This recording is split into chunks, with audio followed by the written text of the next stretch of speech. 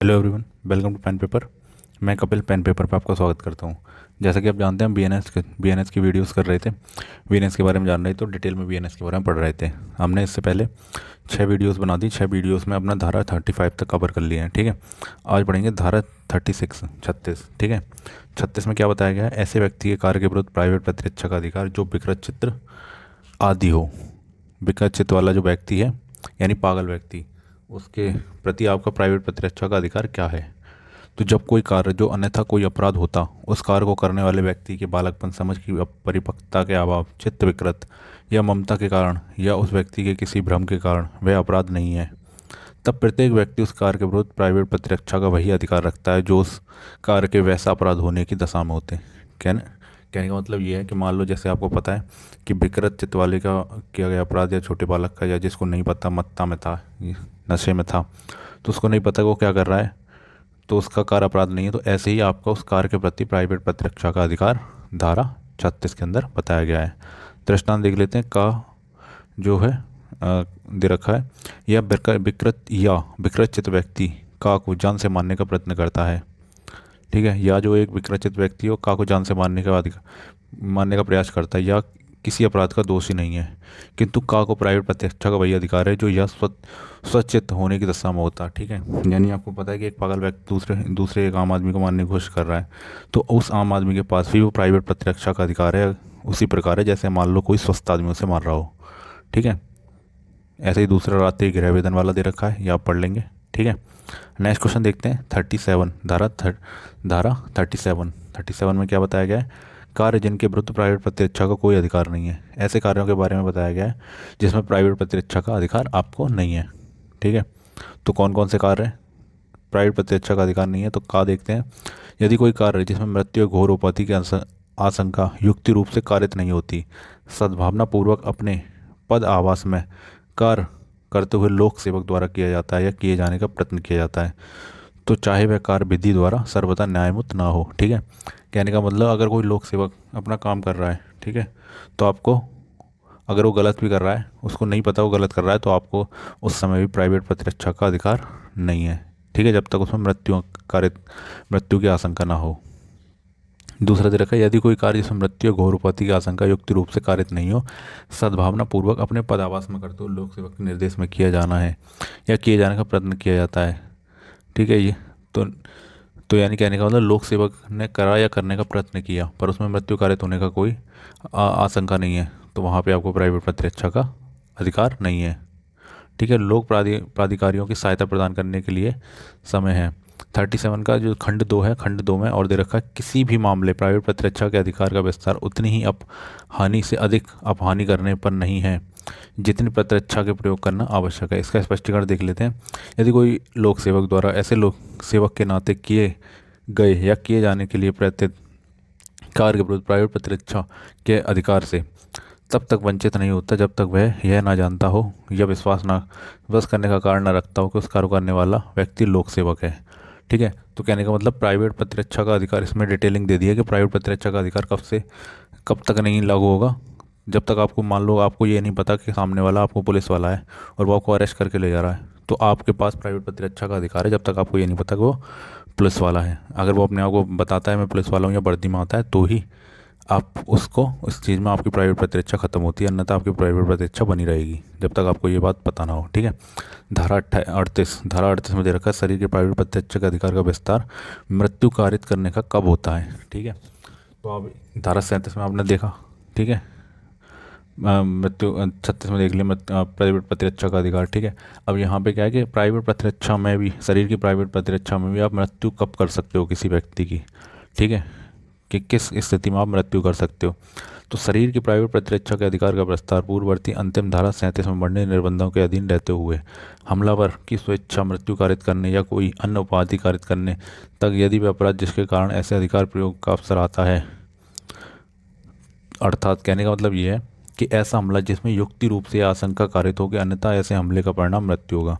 यानी कहने का मतलब कि अगर आप कब आप मृत्यु कर सकते हो कि अगर सामने वाला आपको मारने की अवश्य आ रहा है उद्देश्य से, तो आप उसको भी अपनी प्राइवेट प्रतिरक्षा में उसको मृत्यु कारित कर सकते हैं। ठीक है, दूसरा, ऐसा हमला जिसमें युक्ति रूप से आशंका कारित हो कि अन्यथा ऐसा हमला परिणाम घोर उपत्ति होगा, यानी या तो मृत्यु होगी या ऐसी स्थिति हो जाएगी कि आपको बहुत ज़्यादा नुकसान हो जाएगा, है ना।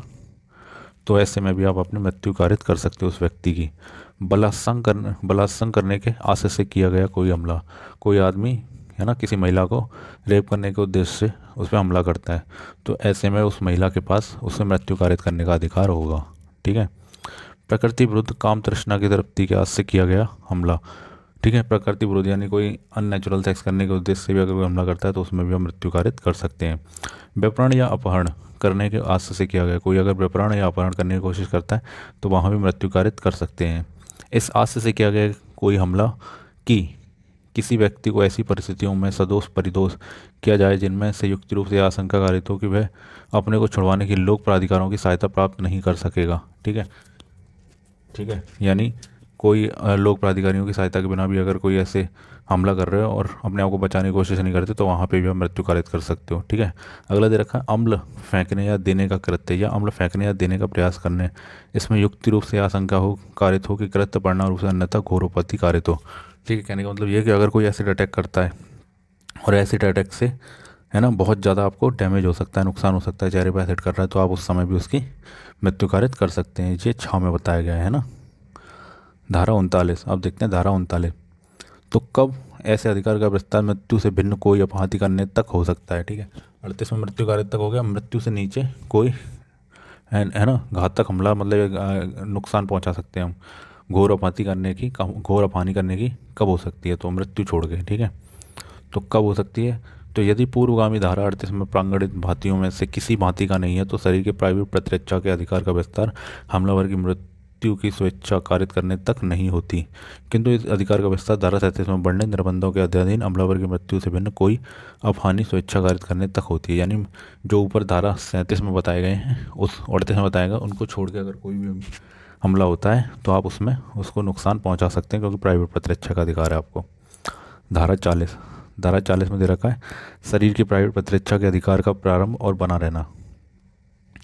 तो प्राइवेट प्रतिरक्षा का आरंभ कब से प्रारंभ होगा, कब तक बना रहेगा, ये धारा 102 में थी पुरानी आईपीसी में, और आपके भारतीय न्याय से बीएनएस में ये धारा 40 के अंदर है कि शरीर की प्राइवेट प्रतिरक्षा का अधिकार उसी क्षण प्रारंभ हो जाता है जब अपराध करने के प्रयत्न या धमकी से शरीर के संकट की युक्त आशंका पैदा होती है, चाहे वह अपराध किया ना गया हो, और तब तक बना रहता है जब तक शरीर के संकट की ऐसी आशंका बनी रहती है। यानी कहने का मतलब प्राइवेट प्रतिरक्षा उसी क्षण चालू हो जाएगी जब आपके हम अपराध करने की कोई प्रयत्न करता है या उसको धमकी भी देता है, तो भी आपकी प्राइवेट प्रतिरक्षा उसी समय प्रारंभ हो जाएगी और तब तक बनी रहेगी जब तक कि शरीर से संकट चला नहीं जाता। ठीक है।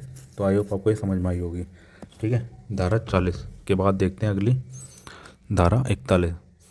धारा 41 में दे रखा कब संपत्ति की प्राइवेट प्रतिरक्षा का अधिकार विस्तार मृत्यु कारित करने तक हो सकता है। ठीक है। यानी शरीर की वो संपत्ति की प्राइवेट प्रतिरक्षा में आप कब मृत्यु कर सकते हैं किसी की, तो इसमें दे रखा है धारा 103 में था पुरानी आईपीसी में, और आपकी नई आईपीसी बीएनएस में धारा 41 में दे रखा है कि अगर कोई आपके घर में लूट करने के उद्देश्य से घर में घुसता है, या रात्रि गृह वेदन करता है, या अग्नि या विस्फोटक पदार्थ द्वारा दृष्टि या किसी ऐसे निर्माण या तंबू या जलयान को की गई है जो मानव आवास के रूप में या संपत्ति की अभिरक्षा के स्थान के रूप में प्रयोग में लाया जाए। ठीक है। तो आप मृत्यु कारित कर सकते हैं। चोरी, रिष्टि या गृह अत्याचार जो ऐसी परिस्थितियों में किया गया हो जिनमें युक्ति रूप से यह आशंका कारित हो कि यदि प्राइवेट प्रतिरक्षा के ऐसे अधिकार का प्रयोग ना किया गया हो तो परिणाम घोरोपति या मृत्यु होगी। ठीक है। यानी कोई चोरी करने के उद्देश्य से या लूट करने के उद्देश्य से घुसा आपके घर में और आपको लग रहा है कि ये मार देंगे, तो आप उसको उस समय उनको मार सकते हैं। ठीक है। यानी आप मृत्यु कारित के परिणाम मृत्यु या घोरोपति हो तो ऐसी स्थिति में उनकी मृत्यु कारित की जा सकती है। ठीक है। धारा 42 में दे रखा है ऐसे अधिकार का विस्तार मृत्यु से कोई अपहानि कारित करने कब तक हो सकता है, ये आपकी धारा 104 में बताई गई है। ठीक है। तो यानी यदि वह अपराध जिसके लिए जाने या किए जाने के प्रयत्न से प्राइवेट प्रतिरक्षा के अधिकार के प्रयोग का अवसर आती है, ऐसी चोरी, रिष्टि या आपराधिक अत्याचार जो धारा 41 में प्रांगणित भांतियों में से किसी भांति का ना हो, तो उस अधिकार का विस्तार स्वेच्छा मृत्यु कारित करने तक नहीं होता, किंतु उसका विस्तार धारा 37 में वर्णित निबंधों के अधीन दोषकर्ता की मृत्यु से भिन्न कोई उपहानि हो सकती है। यानी ऊपर जो धारा 41 में बताया कि रात्रि में कोई घर रजिस्ट्री करने घुस रहा है या घर में रात्रि गृह आवेदन कर रहा है तो उसको मृत्यु कारित कर सकते हैं, ठीक है। इसको छोड़ के बाकी के में आप उनको नुकसान पहुंचा सकते हैं, ठीक है। अब है धारा 43 में दे रखा है संपत्ति की प्राइवेट प्रतिरक्षा का अधिकार, प्रारंभ और बने रहना, ठीक है। संपत्ति की प्राइवेट प्रतिरक्षा का अधिकार प्रारंभ कब होगा और कब तक बना रहेगा, इसके बारे में बताया गया धारा 43 में कि ये कब प्रारंभ होता है। ये तब प्रारंभ होता है जब संपत्ति के संकट की युक्तियुक्त आशंका प्रारंभ होती है। जैसी आशंका हो गई तो आपका प्राइवेट प्रतिरक्षा का अधिकार प्रारंभ हो गया। खा में बताया गया चोरी के विरुद्ध अपराधी के संपत्ति सहित पहुंच से बाहर जाने तक या लोक प्राधिकारियों की सहायता अभिप्राप्त कर लेने या संपत्ति प्रत्युक्त हो जाने तक बने रहता है, ठीक है। यानी कहने का मतलब ये है कि या तो लोक सेवक आ जाए कोई तब तक बना रहेगा या फिर चोरी के विरुद्ध अपराधी की संपत्ति की सही पहुंच से बाहर जाने तक अधिकार बना रहेगा, ठीक है। अगर वो परिसर के अंदर ही है तब तक आप प्राइवेट प्रतिरक्षा का अधिकार बना रहेगा। ऐसे ही लूट के बारे में बताया गया है और रजिस्ट्री के बारे में, रात्रि गृह वेतन के बारे में, ठीक है। धारा 44 में बोला गया है घातक हमलों के विरुद्ध प्राइवेट प्रतिरक्षा का अधिकार जबकि निर्दोष व्यक्ति को अपहाती होने की जोखिम हो। यानी अगर कोई घातक हमला होने वाला है तो वहाँ प्राइवेट प्रतिरक्षा का अधिकार आपको है।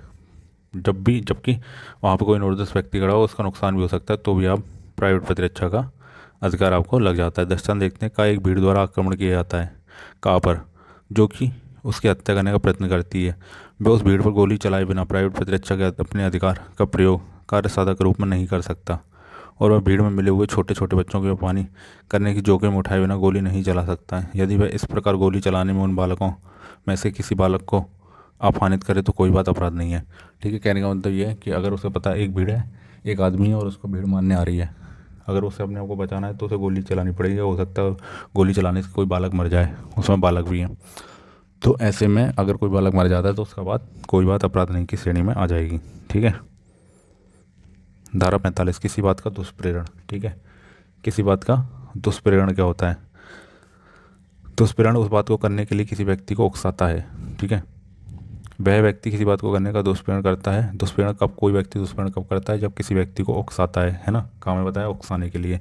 दूसरा, उस बात को करने के लिए किसी षड्यंत्र या अधिक अन्य व्यक्ति या व्यक्तियों के साथ सम्मिलित होता है यदि उस षड्यंत्र के अनुसार और उस बात को करने के उद्देश्य से कोई कार्य जो अवैध लोभ घटित हो जाए, है ना। और तीसरा दे रखा उस बात के लिए किए जाने के कारण या अवैध लोभ जानबूझकर सहायता करता है, ठीक है। स्पष्टीकरण, कोई व्यक्ति जानबूझकर दुरुपदेश द्वारा किसी तात्विक तथ्य जिसे प्रकट करने के लिए वह आबद्ध जानबूझकर छिपाने द्वारा स्वेच्छा से किसी बात का किया जाना कार्य या उपाप्त करता है या कारित या उपाप्त करने का प्रयत्न करता है तो यह कहा जाएगा कि उसने दुष्प्रेरण करा है, ठीक है।